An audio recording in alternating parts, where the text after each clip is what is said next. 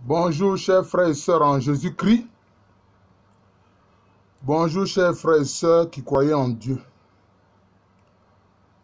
Voyez-vous, j'ai eu une expérience. Je pourrais dire que ce sont des visions sur des personnes qui sont décédées, qui me sont proches. Et j'ai vu que ces personnes étaient en fait dans le monde astral. Et je vais vous dire quelle était leur situation dans le monde astral. C'est pour dire aux frères qui insistent sur la question du monde astral, où ils disent c'est là-bas qu'il faut aller. Je vais leur dire que le monde astral, ce n'est pas un monde qui est fait pour le bonheur de l'âme humaine. D'ailleurs, j'ai fait déjà une vidéo sur le monde astral. Mais là, ce sont des expériences que le Seigneur m'a permis de vivre et dont je vais vous parler. Dans les années, je crois que c'était autour de 96-97, ma mère est tombée malade. Et je l'ai envoyée à l'hôpital. Nous nous sommes retrouvés, mais au CHU de Trècheville. Et nous avons fait toutes sortes d'analyses. Les médecins lui ont fait faire toutes sortes d'analyses. Finalement, il s'est retrouvé même dans les mains d'un professeur. Mais les analyses ne montraient pas de quoi elle souffrait. Mais et pourtant, ma maman souffrait terriblement. Mais mon esprit cartésien n'arrivait pas à comprendre. C'est vrai, je crois dans le Seigneur Jésus-Christ, je crois en Dieu. Mais je dis, mais comment se fait-il que quelqu'un souffre autant et puis on n'arrive pas à détecter ce qui fait souffrir cette personne ainsi? Je vous dis que nous avons fait toute une batterie d'analyses.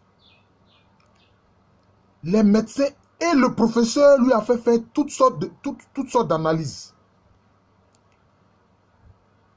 Mais on ne voyait pas de quoi ma maman souffrait. Et vous savez, hein, à l'époque, les maîtres assistants, quels étaient les salaires? Je me suis retrouvé finalement, j'étais pratiquement sans argent. Et ça a duré des mois et des mois. Et ma maman m'a dit, écoute mon fils, tu es mon fils unique, mais je vais te dire une chose. Tu as vu que nous avons fait le tour de toute la médecine, disons, moderne. Nous sommes allés dans les hôpitaux, nous avons vu, nous sommes allés dans les CHU et tout ça. Tu as vu que les médecins ne trouvent pas une solution à mon mal. Je vais aller voir les praticiens pour voir ce qu'ils peuvent faire pour moi. Je lui ai dit, ok maman, mais ne va pas te faire enrouler dans la farine par ceux qui, derrière les plantes qu'ils utilisent pour te soigner, disent invoquer des esprits. Elle dit seulement qu'à cela ne tienne, trouve-moi un peu d'argent, je vais aller me faire soigner. Et elle m'a dit, je m'en vais à Essebo. Bon, Essebo, c'est un village, Nzema, qui est près de Nouamou. Il ne faut pas confondre le Essebo d'Nzema et puis le Essebo des Agnis sans vie qui est proche de Krendiabo. Donc, elle est allée à Essebo qui est proche de Nouamou. D'ailleurs, nous y avons des parents. Elle m'a dit, je dirai là-bas à nos parents, si je meurs, ce n'est même pas la peine qu'on te dérange. Parce que j'ai vu que tu n'as plus d'argent. Avec le mal que j'ai là, tu n'as plus d'argent. Alors donc, j'ai trouvé 100 000 francs que j'ai remis à ma maman. Et elle est partie. Elle a fait, je crois, environ 2 mois. 2 mois. Mais peu avant qu'elle ne vienne, je peux dire, peut-être, disons 2 semaines avant qu'elle ne revienne à Abidjan, j'ai fait un songe. C'est de là que c'est à ça que je vais en venir. J'ai fait un songe. Et pendant ce songe-là, cette vision, je vois ma mère à mes côtés et je vois un cheval tout blanc qui arrive. Et nous montons sur ce cheval-là. Et ce cheval nous conduit à un endroit. Nous arrivons et on nous fait entrer dans une salle. Une grande salle qui était éclairée comme, disons, de la lumière des lampes néon. Voilà, c'était comme ça. Et j'ai constaté qu'il y avait les prêtres traditionnels, ce que les Akans appellent comiens ou bien comiens, qui étaient assis. C'était pour la plupart des femmes. En majorité, c'était des femmes, mais il y avait quelques hommes. Ils étaient en majorité, ces personnes étaient en majorité des femmes. Donc, des médiums, disons, d'un aspect de la région traditionnelle des Akans. Et ces comiens-là, ce sont ceux, disons, qui entrent en possession, comme les chamans, et qui reçoivent, donc, je peux dire, des instructions des esprits de la nature. Et puis, bon, à qui ces esprits-là communiquent, disons, des plantes pour soigner des personnes. Et pour la plupart, c'était des femmes. Elles étaient assises, chacune sur un tabouret. Mais j'ai remarqué que ces tabourets-là étaient blancs. Et c'est là, je vais me rendre compte que, par la suite, que ce n'était pas vraiment un rêve anodin, que c'était une véritable vision. Et puis, nous étions un peu comme au centre de la salle, ma mère et moi. Mais ces comiens-là avaient formé comme une sorte d'arc de cercle autour de nous. Et puis tout d'un coup, on appelle une personne. Cette personne paraît. Et je regarde la personne, je dis, mais c'est pas possible. Mais cette personne est décédée. C'est une tante de ma maman. Une tante de ma maman. Et elle et ma maman sont des sœurs de même père, même mère. Mais elle aussi, elle était combien ou combien. Mais elle est décédée. Elle est décédée, on l'a enterrée, on a fait ses obsèques, tout.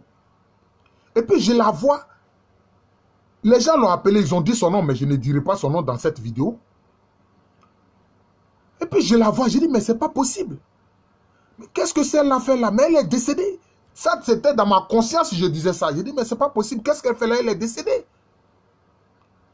Et puis, il y avait une, disons, qui jouait un peu les, je peux dire, comment on appelle ce terme-là? C'est une sorte de médiatrice qui échangeait, qui passait la parole à chacun de nous à tour de rôle. Vous voyez? Et alors, qu'est-ce qu'elle dit? Elle appelle la tante de ma maman qui est décédée là.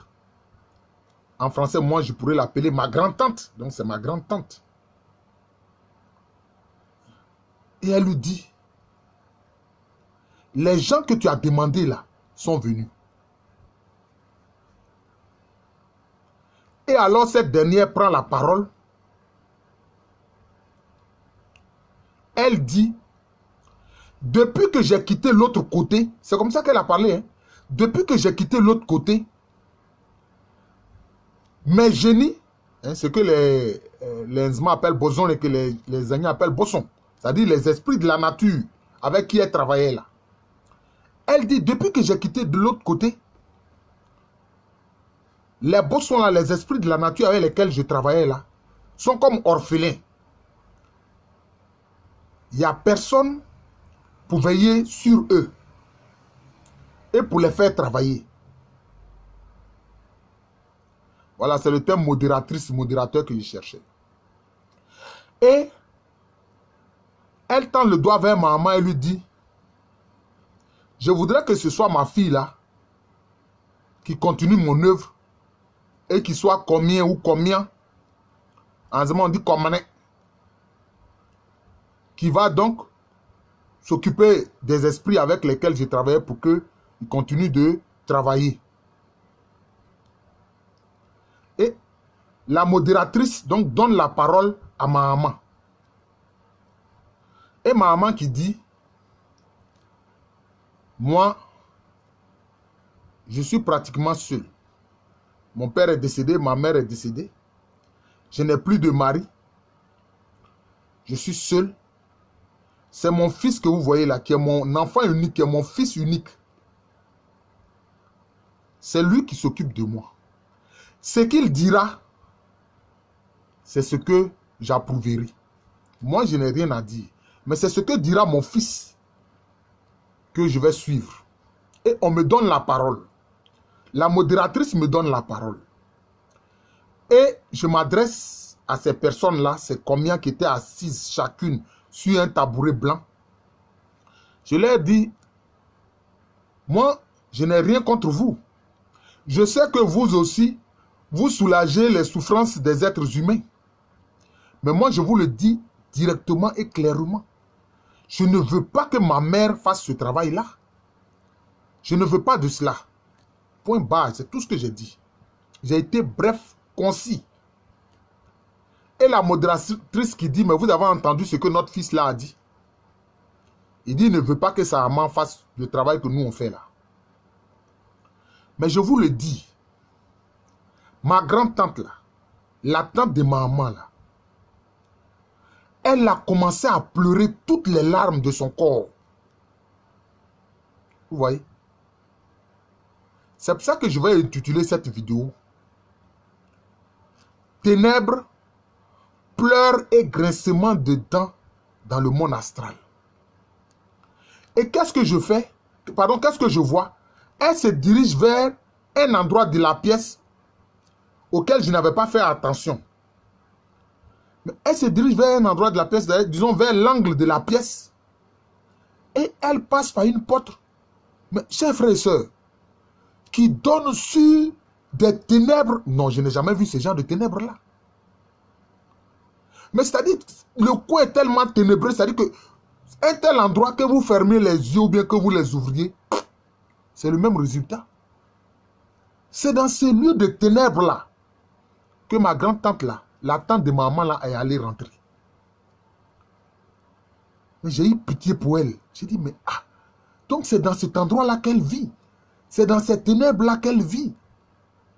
Sans doute on l'a fait sortir à cause de cette rencontre. Et je vous dis, quand j'ai fait ce songe-là, ça n'a pas duré. Ça n'a pas duré. Ma maman est revenue guérie. Totalement guérie de son mal.